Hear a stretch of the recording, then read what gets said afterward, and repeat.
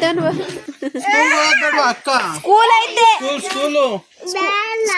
ಕಣಪ್ಪ, ನಾಳೆ ಬತ್ತಲ್ ಬಿಡು. ನಾನು ಇಲ್ಲೇ ಕುಂತಲ್ಲ, ನೀನೇ ಕರ್ಕೊಂಡು ಹೋಗ್ತೀಯ ಸ್ಕೂಲ್.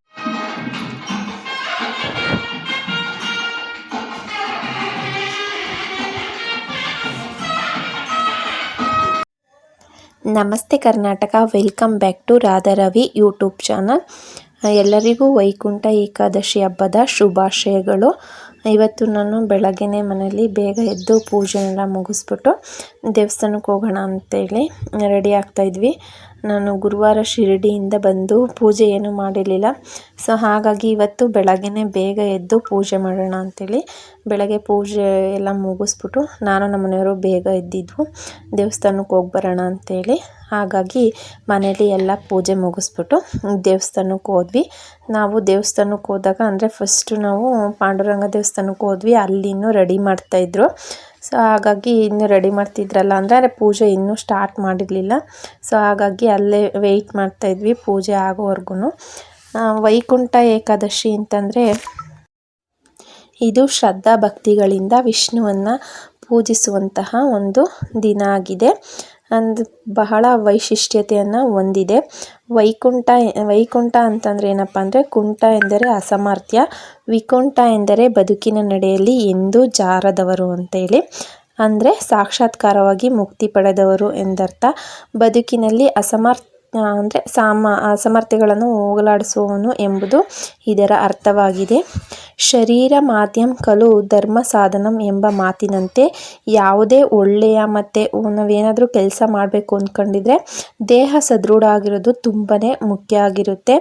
ಈ ಏಕಾದಶಿ ಏಕಾದಶಿ ದಿನ ವ್ರತ ಮಾಡೋದ್ರಿಂದ ದೇಹದ ಮತ್ತು ಮನಸ್ಸಿನ ಆರೋಗ್ಯ ಕಾಪಾಡಿಕೊಂಡು ಮತ್ತು ನಮ್ಮ ಜೀವನದಲ್ಲಿ ಏನಾದರೂ ತೊಂದರೆಗಳು ಉಂಟಾದರೆ ಅದನ್ನು ಯಶಸ್ವಿಯಾಗಿ ನಿಭಾಯಿಸ್ಬೋದು ಅನ್ನೋ ಒಂದು ಅರ್ಥನ ಕೊಡುತ್ತೆ. ಅಂದರೆ ಇವತ್ತು ಕೆಲವರು ಉಪವಾಸ ಎಲ್ಲ ಇದ್ದು ದೇವರಿಗೆ ಶ್ರದ್ಧಾ ಭಕ್ತಿಯಿಂದ ಪೂಜೆನ ಸಲ್ಲಿಸ್ತಾರೆ.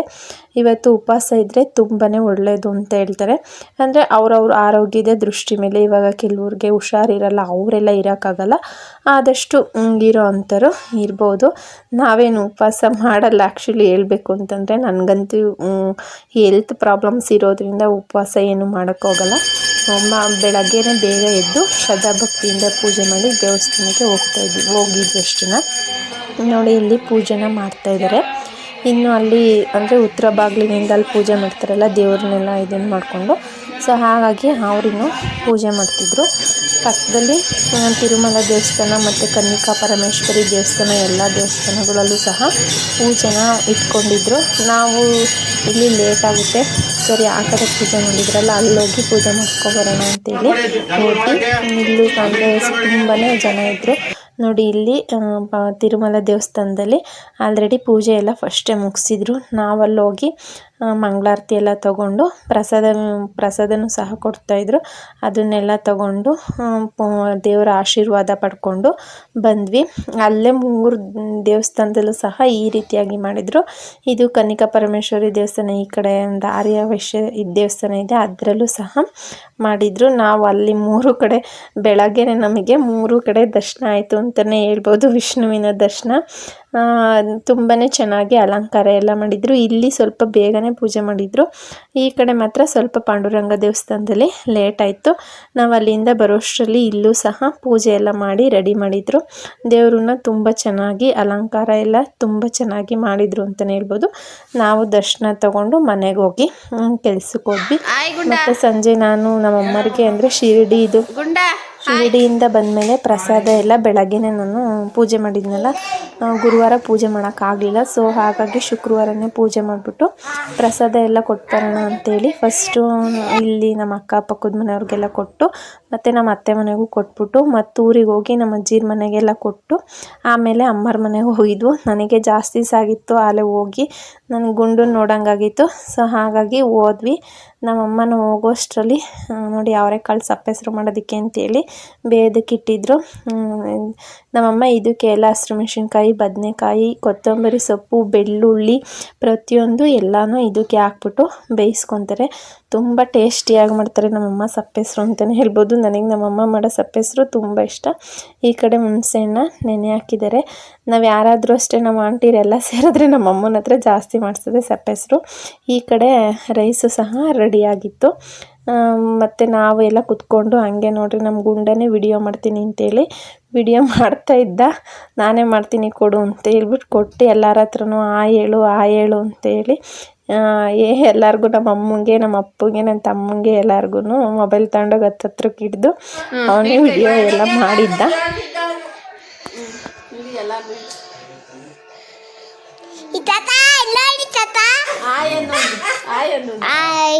ಅಲ್ಲಿ ತಾತು ಬಂದು ಎಲ್ಲಿ ಅಪ್ಪಂಗನ್ನೊಂದು ಬಾಯ್ ಖುಷಾಯ್ ಹಾಯ್ ಹಾಯ್ ಹಾಯ್ ಹಾಯ್ ಓ ಟಾಟಾ ಮಾಡಿ ಹಂಗಂತ ನೋಡು ಅದೇ ಹಾಯ್ ಮೊಬೈಲ್ ಹಾಯ್ ಹೋಗಲೇ ಹಾಯ್ ಹಾಯ್ ಹಾಯ್ ಹಾಯ್ ಶ್ರವಣ ಹಾಯ್ ಯಾವ ತೋರ್ಸೋಣ ನಿಂದೆ ನೀನ್ ತೋರಿಸ್ತೀನಿ ತಮ್ಮ ನಿನ್ ತೋರಿಸ್ತೀನಿ ಕೊಡು ನೀನ್ ಆಯ್ ಮಾಡಲ್ವಾ ತಮ್ಮಲ್ಲಿ ಕೊಡಿದ್ರಿ ನಿಮ್ಗೆ ಯಾವ ತೋರ್ಸೋಣ ನಿನ್ನೊಂದು ಕೊಡಿ ಕೊಡಿ ಇಲ್ಲಿ ಯಾರು ತೋರಿಸ್ತಿದ್ಯಾ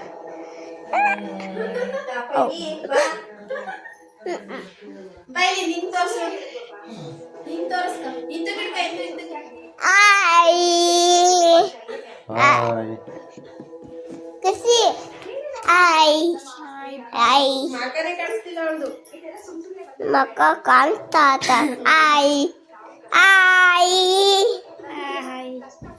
ಓ ನೋಡತನು ಕೈ ಏನ್ ಮಾಡ್ತಾವಳೆ ಹಿಂಗಂತ ನೋಡು ಕೊಡಿಲಿ ಕೊಡಿಲ್ಲ ನಿಮಿಷ ಕೊಡಿಲಿ ಕೊಡಪ್ಪ ಇಲ್ಲಿ ಅವನೇ ವಿಡಿಯೋ ಮಾಡ್ತೀನಿ ಅಂತ ಹೇಳಿ ಮಾಡ್ತಾಯಿದ್ದ. ನಾವು ಎಲ್ಲ ಸ್ವಲ್ಪ ಹೊತ್ತು ಜಾಸ್ತಿನೇ ಆಗಿತ್ತಲ್ಲ ಹೋಗಿ ಎಲ್ಲ ಮಾತಾಡ್ಕೊಂಡು ಕುತ್ಕೊಂಡಿದ್ದೆ. ನನ್ನ ತಮ್ಮ ನೋಡಿ ಹುಷಾರಿಲ್ಲ ಪಾಪ ಮಲ್ಕೊಂಡಿದ್ದಾನೆ. ನನಗೂ ಸಹ ನೆಗಡಿ ಕೆಮ್ಮು ಆಗಿತ್ತು, ನಮ್ಮ ಮನೇಲಿ ಎಲ್ರಿಗೂ ಆಗಿತ್ತು. ನನಗಂದರೆ ಸ್ವಲ್ಪ ವೆದರ್ ಚೇಂಜ್ ಆಯ್ತಲ್ಲ, ಹಾಗಾಗಿ ನೆಗಡಿ ಕೆಮ್ಮು ಸ್ಟಾರ್ಟ್ ಆಗಿತ್ತು. ಇವಂದಂತೂ ಹೋದರೆ ನನ್ನ ಮಗಳ ಜೊತೆ ಇಬ್ಬರು ಜಗಳ ಆಡ್ತಾನೆ ಇರ್ತಾರೆ. ಅಷ್ಟೊತ್ತಿಗೆ ನಮ್ಮಮ್ಮನೂ ಸಪ್ಪೆಸರು ಎಲ್ಲ ತಣ್ಣಗಾಗಿತ್ತಲ್ಲ, ಸಪ್ಪೆಸರೆಲ್ಲ ಕಲಿಸ್ತಾ ಇದ್ದಾರೆ. ನಮ್ಮಮ್ಮ ಕೈಯಲ್ಲೇ ಕಲಿಸೋದು, ಅದಕ್ಕೆ ಟೇಸ್ಟ್ ತುಂಬಾ ಚೆನ್ನಾಗಿ ಬರುತ್ತೆ. ಹಮ್ದಿರ ಹಂಗೆ ಅನಿಸುತ್ತೆ, ಏನೋ ಒಂಥರ ಟೇಸ್ಟ್ ಚೆನ್ನಾಗಿರುತ್ತೆ. ಅದರಲ್ಲಿ ನಮ್ಮಮ್ಮ ಮಾಡೋ ಸಪ್ಪೆಸರಂತೂ ನನಗೆ ತುಂಬ ಒಂಥರ ಪಂಚಪ್ರಾಣ ಅಂತಲೇ ಹೇಳ್ಬೋದು. ಆ ಥರ ತುಂಬ ಟೇಸ್ಟಿಯಾಗಿರುತ್ತೆ. ನಮ್ಮಮ್ಮ ಕೈಯಲ್ಲೇ ಕಲಿಸ್ತದೆ.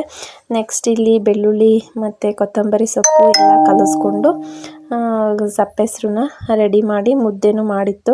ನಾನೇನು ಕೆಲಸನೇ ಮಾಡಲಿಲ್ಲ ಹೋಗಿ, ಯಾಕಂದರೆ ನನಗೆ ಸ್ಟ್ರೈನ್ ಆಗಿಬಿಟ್ಟಿತ್ತು. ಹೋಗಿ ಬಂದು ಗುಂಡು ನೋಡಬೇಕಲ್ಲ ಅನ್ನೋ ಉದ್ದೇಶದಿಂದ ಹೋದೆ.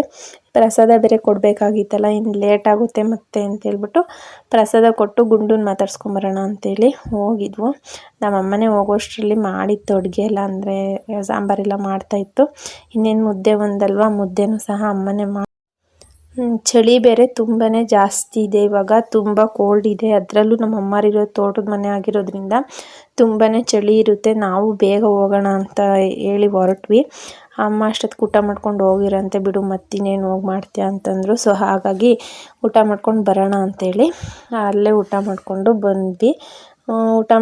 ಇನ್ನೂ ಅಂದರೆ ಮುದ್ದೆ ಎಲ್ಲ ಮಾಡಿತ್ತಲ್ಲ ಸರಿ ಅಂತೇಳಿ ಅಲ್ಲೇ ಊಟ ಮಾಡಿಕೊಂಡು ಹೊರಟ್ವಿ. ನಮ್ಮ ಗುಂಡ ಅಂತೂ ನಮ್ಮನ್ನು ಹೊರಡೋಕ್ಕೆ ಬಿಡ್ತಿಲ್ಲ. ಇಲ್ಲೇ ಇರು ಅಂತ, ಅಂದರೆ ನನ್ನ ಮಗಳನ್ನ ಇಲ್ಲೇ ಬಿಟ್ಟೋಗ್ರಿ ಅಂತೇಳಿ ತುಂಬಾ ಆಟ ಮಾಡ್ತಾಯಿದ್ದ. ನಾವು ಸ್ಕೂಲ್ ಇತ್ತಲ್ಲ, ಸ್ಕೂಲಿಗೆ ಹೋಗ್ಬೇಕು ಅವಳು ಅಂತೇಳಿ ಎಷ್ಟೇ ಫೋರ್ಸ್ ಮಾಡಿದ್ರು ಅವನು ಇಲ್ಲ, ಕಳಿಸ್ರಿ ಅಂತ ಹೇಳಿ ಇದು ಮಾಡ್ತಾಯಿದ್ದ. ನೋಡಿ ನಮ್ಮಮ್ಮ ಮುದ್ದೆ, ಸಪ್ಪೆಸರು, ಹಸಿ ಕಾಳು ಈ ಕಾಲದಲ್ಲಂತೂ ತುಂಬಾ ಟೇಸ್ಟಿಯಾಗಿರುತ್ತೆ. ಅದರಲ್ಲೂ ಅವರೆಕಾಳು ಸಪ್ಪೆಸರಂತೂ ತುಂಬಾ ಚೆನ್ನಾಗಿರುತ್ತೆ. ನಾವು ಅವಾಗಂತೂ ಚಿಕ್ಕ ಹುಡುಗರಾಗ ಅವರೆಕಾಳು ಅವರೆಕಾಯಿ ಆವಾಗಲೇ ಕುಯ್ಕೊಂಡು ಬಂದು ಸಾಂಬಾರು ಮಾಡಿದ್ರೆ ಎಷ್ಟು ಒಂದು ಮುದ್ದೆ ಮೇಲೆ ತಿಂತಾಯಿದ್ವಿ. ತುಂಬಾ ಟೇಸ್ಟಿಯಾಗಿತ್ತು. ನೋಡಿ ಇಲ್ಲಿ ನಮ್ಮ ಗುಂಡ ಆಟ ಆಡ್ತಾ ಇದ್ದಾನೆ. ಅಂದರೆ ಅವಳನ್ನ ಇಲ್ಲೇ ಇರಿಸ್ಕೊಳ್ಳೋದಕ್ಕೆ ಇಲ್ಲೇ ಬಿಟ್ಟೋಗು ಮಮ್ಮ, ಇಲ್ಲೇ ಬಿಟ್ಟೋಗು ಅಂತೇಳಿ ಬಿಟ್ಟು ಬರಲಿಲ್ಲ ನಾವೇನು. ಯಾಕಂದರೆ ಬೆಳಗ್ಗೆ ನಮಗೂ ಆಫೀಸ್ ಇತ್ತು, ಅವಳಿಗೂ ಸ್ಕೂಲ್ ಇತ್ತಲ್ಲ, ಹಾಗಾಗಿ ಕರ್ಕೊಬಂದ್ವು.